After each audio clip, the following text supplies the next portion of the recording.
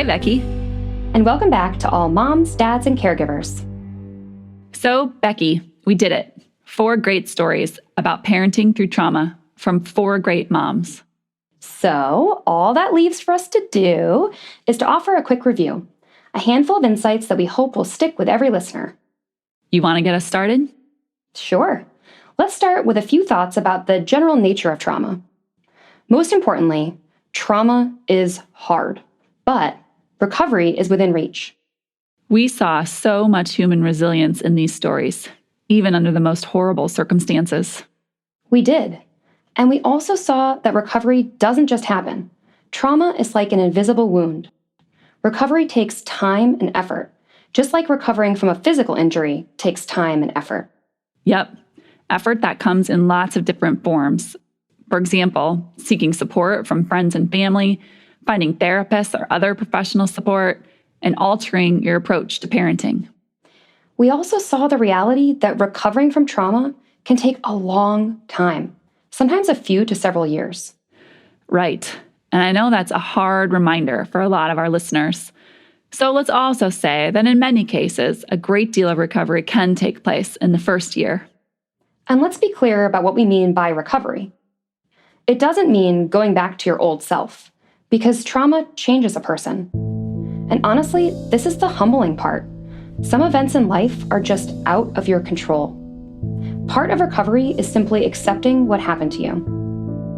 I'm reminded of the way Yvonne talked about her kids. And that's what I'm now giving my children the opportunity to do, is move through this beauty of what created them and how they came to be. The beauty of what created them. Of course, her kids went through some experiences that were not at all beautiful. But those same experiences shaped the beauty that exists within them today. When you can embrace your trauma history, even welcome it as a part of your identity, part of your unique beauty, maybe even the source of your strength, that can be a huge step forward. It exemplifies post-traumatic growth. You may contend with difficult memories and difficult emotions for a long time.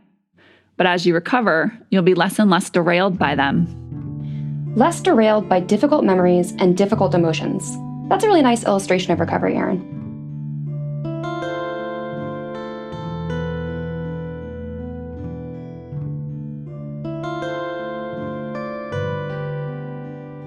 So, Becky, so far we've shared some general ideas about trauma, ideas that apply to everyone.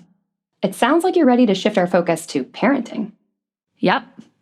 Let's start with the reality that guiding a child through a traumatic experience takes an intentional and careful effort. It takes time and resources, just like recovering from a physical injury. And that means that you might need to alter your expectations about what sort of schedule or what level of activity your family can sustain. Also, parents, you may need to shift your focus a bit. In normal times, many parents focus on supporting their children's achievements, like doing well in school or doing well in sports. After a trauma, though, you'll need to shift some of that focus to your child's more fundamental needs. A trauma shakes a person at their inner foundations, just like an earthquake shakes a house at its foundations. Every child has foundational needs, especially for safety, for love, and for self-esteem.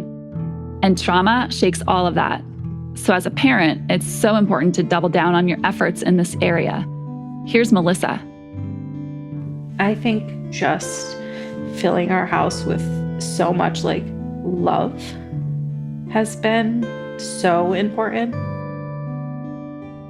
We realized that she just needed to be surrounded by so much love because she just was so worried and afraid that she was doing things wrong or everything was her fault.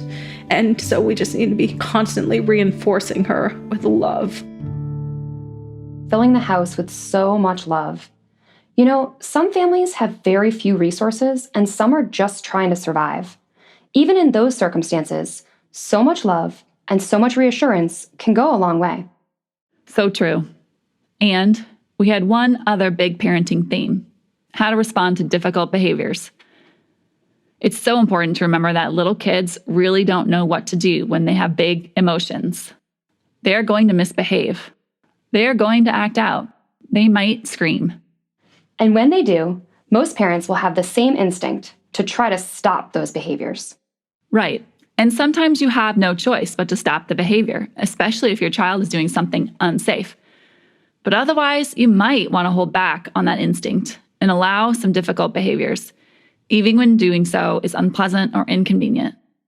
That's important because sometimes you have an even more important job: connecting with your child, understanding what they are thinking and feeling, and figuring out what they need in that moment.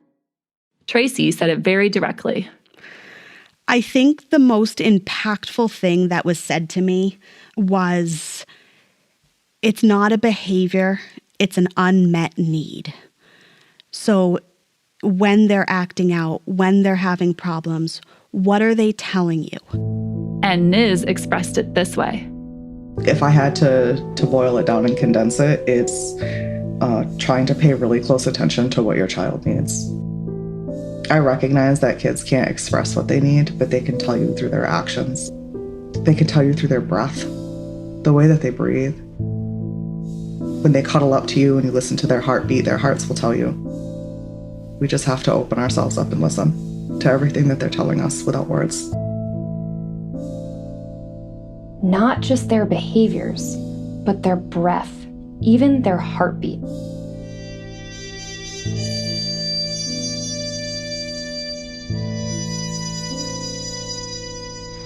So, Erin, we've talked about parenting, taking care of your kids and their needs. Yep, but all 4 of the moms we heard from learned the same thing. You also need to take care of yourself. All 4 of them went into therapy, and all 4 shared that they wish they'd done it sooner. In one sense, putting your own needs aside and focusing on your kids, that seems admirable or even noble. Right, but if your kid has been through a trauma, then you probably have too. And if you ignore your own inner wound, you'll be less effective as a parent. Here's one way to think about it. Imagine you were injured and you needed an ambulance. When a medical technician gets you, you notice that he's limping and he appears to be in severe pain. You ask, and he tells you that he has a broken leg. But he says, "Don't worry, I plan to see a doctor, someday. But I feel it's my duty to put other people's needs first." Geez, Erin, when you put it that way. Right? So parents, please attend to your own inner wound. Doing so will strengthen you. And when you are stronger, you could do more for your children. And a huge part of taking care of yourself is simply being kind to yourself. Parenting through trauma often means confronting intense emotions like guilt or shame. Right. So please, give yourself some grace. Being tremendously hard on yourself will not help you move forward, and it won't help your child recover. Finally, remember that nobody gets through trauma alone. So, no matter how much you pride yourself on handling your own problems, please ask for support from friends, from family, from therapists, from your place of worship, from your school, from your community. Absolutely. Asking for help can be hard, but it is so necessary. And Becky, I think that's it. Yeah, and listeners, we hope you found this podcast helpful. If you look in the show notes, you'll see a link to a 1-page document, a summary of the key ideas we just talked through. Also, we hope you found some inspiration in the voices of 4 strong moms who've really been through it. They've offered so much wisdom. I know that Becky and I will remember their voices for a long, long time. Absolutely. So thank you, Tracy, Melissa, Yvonne, and Niz, for sharing your stories and for letting our listeners know that they are not alone. Listeners, we are thinking of you and offering all our love as you guide your children and as your family recovers. Yes, all of our love. Thanks for listening.